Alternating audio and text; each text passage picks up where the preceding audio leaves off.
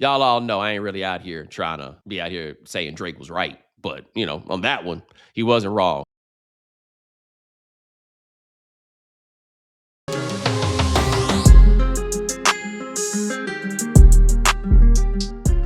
Hello again and welcome back to another one.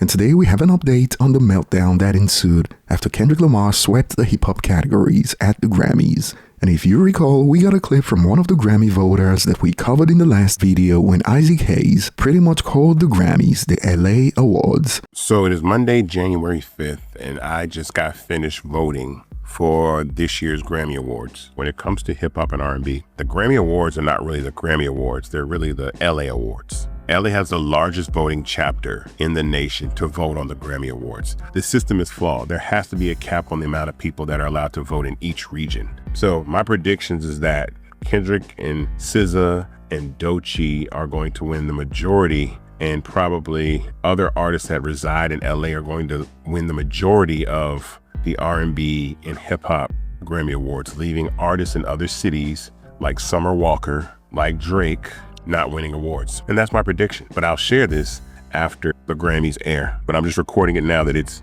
January 5th, 2026. And boy, hip-hop fans and media personalities came for his neck, to the point that he had to drop a follow-up video to clear things up. And clearly, he refuses to back down. People can't handle facts that are in conflict with their feelings, LOL. And apparently an alleged Drake hater looks to have admitted that Kendrick is a Grammy darling. And yes, we have the monthly report for the BS rappers on YouTube Music and also Spotify for January 2026, and we'll get to this later. Now, Isaac Hayes has been getting dragged for suggesting that there's an LA bias when it comes to the Grammys, and even Kendrick's associate came for his neck. Ice Cube has 0 Grammys, Snoop Dogg has 0 Grammys, Warren G has 0 Grammys, Mac 10 has 0 Grammys, Tupac has 0 Grammys, Dog Pound has 0 Grammys, Corrupt has 0 Grammys. Isaac, come on with jive, cuz facepalm and laughing emoji.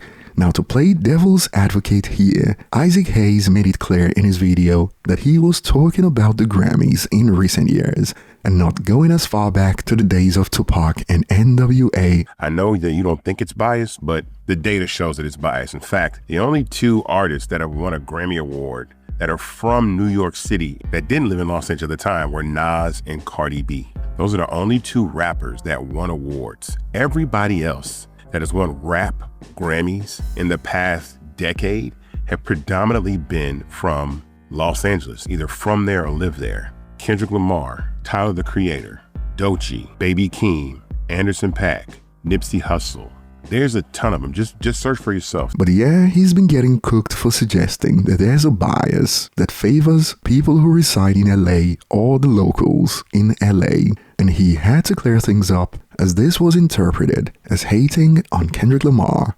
To be clear, this has nothing to do with Kendrick Lamar or TDE. This is about proximity to influence. LA rappers and R&B artists sit closest to the Grammys voting body with the largest concentration of members, and that matters.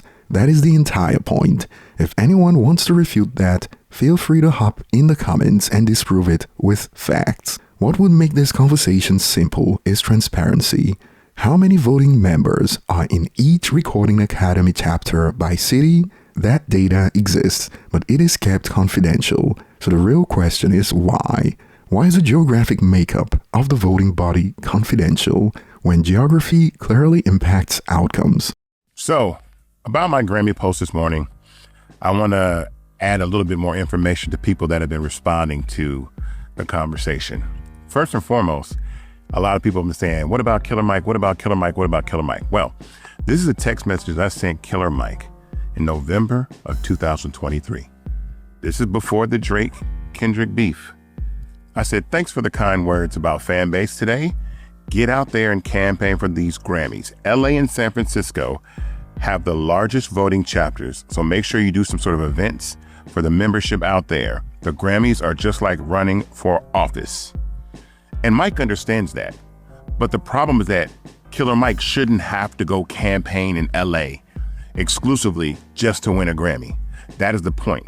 that the majority of the voting body is out in Los Angeles, California. If he does not go in California and campaign heavily for those Grammys, he doesn't get that Atlanta sweep. And that's the point that I'm trying to make. Here's even more proof.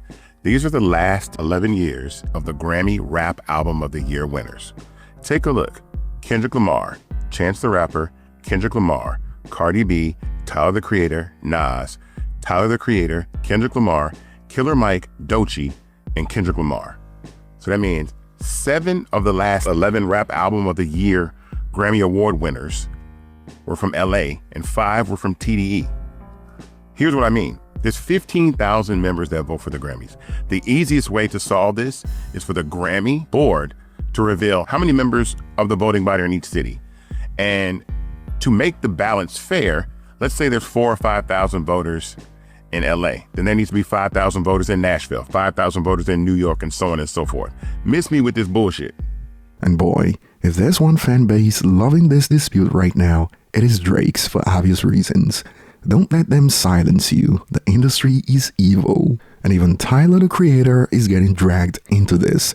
Notice they created a new category for Best Album Cover and of course gave it to Tyler the Bundler for rocking a Texas Chainsaw Massacre mask. And Tyler the Bundler is certainly a new one.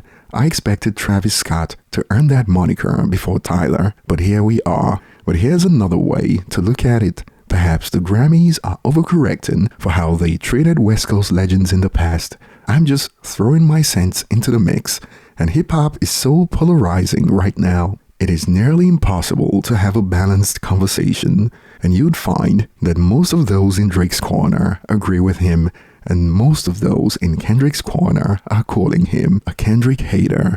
Hardly any neutral voices under the post, but we got more, as according to some fans on social media, a known Drake hater is also folding. Even Drake haters are starting to admit the Grammys are fraudulent, laughing emoji. Can't say Drake was wrong, he has a point. Lauryn Hill, what time did they tell her to show up? Because it appears that she was on time. They must have did they tell her the show was the night before? Or did they tell her that they needed to do like a sound check at 11 in the morning and then you just kept coming up with reasons for her not to leave? How did that? There's no way in the world that I personally would be doing a live television show and book Lauryn Hill to do it. There's no chance. The chakra. I'm stressed out just thinking about it. Yeah, the chakras and the shit ain't in line, so she ain't coming to work. You could never pay me enough to set her up there. The tribute was actually very good, and I appreciated the fact that I didn't think they got too locked in on how big the names were. Right? They had a lot of people that I'm aware of, but I don't think are giant stars. Bringing Layla Hathaway in to sing her daddy's part, I thought was a good thing. But the biggest surprise to me is that Wyclef pulled up. I suppose I remember that Pras couldn't show up because he's been sentenced to 14 years in the Bing. But Wyclef showing up, I didn't know them two could still be in the same room. I thought that was very nice of her to come because he served no purpose in that. We didn't need him for anything on that performance.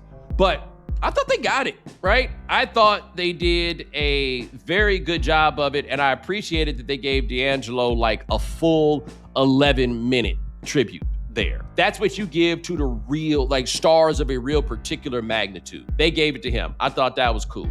I thought the Kendrick Lamar thing, where it turns out now he has more Grammys than any rapper ever. And I don't remember the exact Drake line because I don't be memorizing Drake lines, but basically he talked about all Kendrick got to do is cough and y'all give him a Grammy. Can't say that the dude was wrong. He has a bit of a point. Kendrick Lamar has 27 Grammys. What? What are we talking about? I don't take the Grammys seriously, personally, right? Particularly not when it comes to rap. But 27, dog. 27. That's okay. Cool. Right? Got you. And look, y'all all know I ain't really out here trying to be out here saying Drake was right. But, on that one, he wasn't wrong. And some users aren't having it. God forbid you make good music consistently and win awards for it. LOL. But this should be expected, as when it comes to hip-hop, there's always been a love-hate relationship with the Grammys. And add that with the fact that music is highly subjective, and great music to you may be dumpster juice to another music fan. Kendrick having 27 Grammys does not match the impact he's had on music. He has more Grammys than Jay-Z, Kanye West, and Drake. Kendrick's catalog is not more impactful than Jay-Z, Kanye West, or Drake, all while under the same thread, you'd find takes about how Kendrick should have more. But if I were to choose between a lyricist like Kendrick winning and some sing-song rapper, I would mostly always go with Kendrick. I believe the raps have to be good for an album to win Best Rap Album. Vibes shouldn't be enough to win in the rap category, in my opinion, so perhaps the solution might be to create a new category for the likes of Playboi Carti.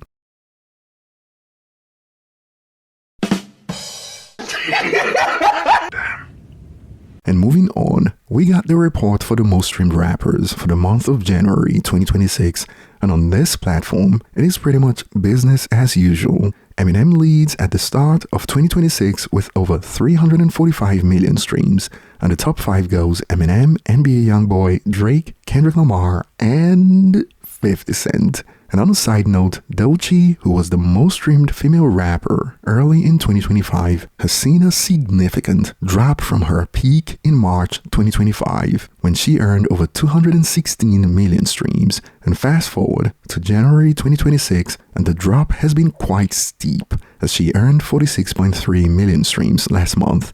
Suffice to say, she needs to drop her project real soon before she loses all that momentum she built in 2025. And over on Spotify, Drake's been killing it. As a report based on all credited streams and not just lead streams like we report when it comes to YouTube music, Drake dominated all credits with over 1.6 billion streams in January. And while he was neck and neck with Kendrick at one point in early 2025, it is no longer a competition between the two on Spotify, as you can see, and Drake fans are loving this. Lil Bro slowly going back to 2023 numbers. Soon enough, he would be behind Eminem too. Now, I don't know the reason behind Drake's boost, but Drake's numbers have been climbing to the point that now no one could hang with him on Spotify. And that will be all for today, and I'll be looking forward to your thoughts in the comment section. Thanks for watching, and I will see you on the next one.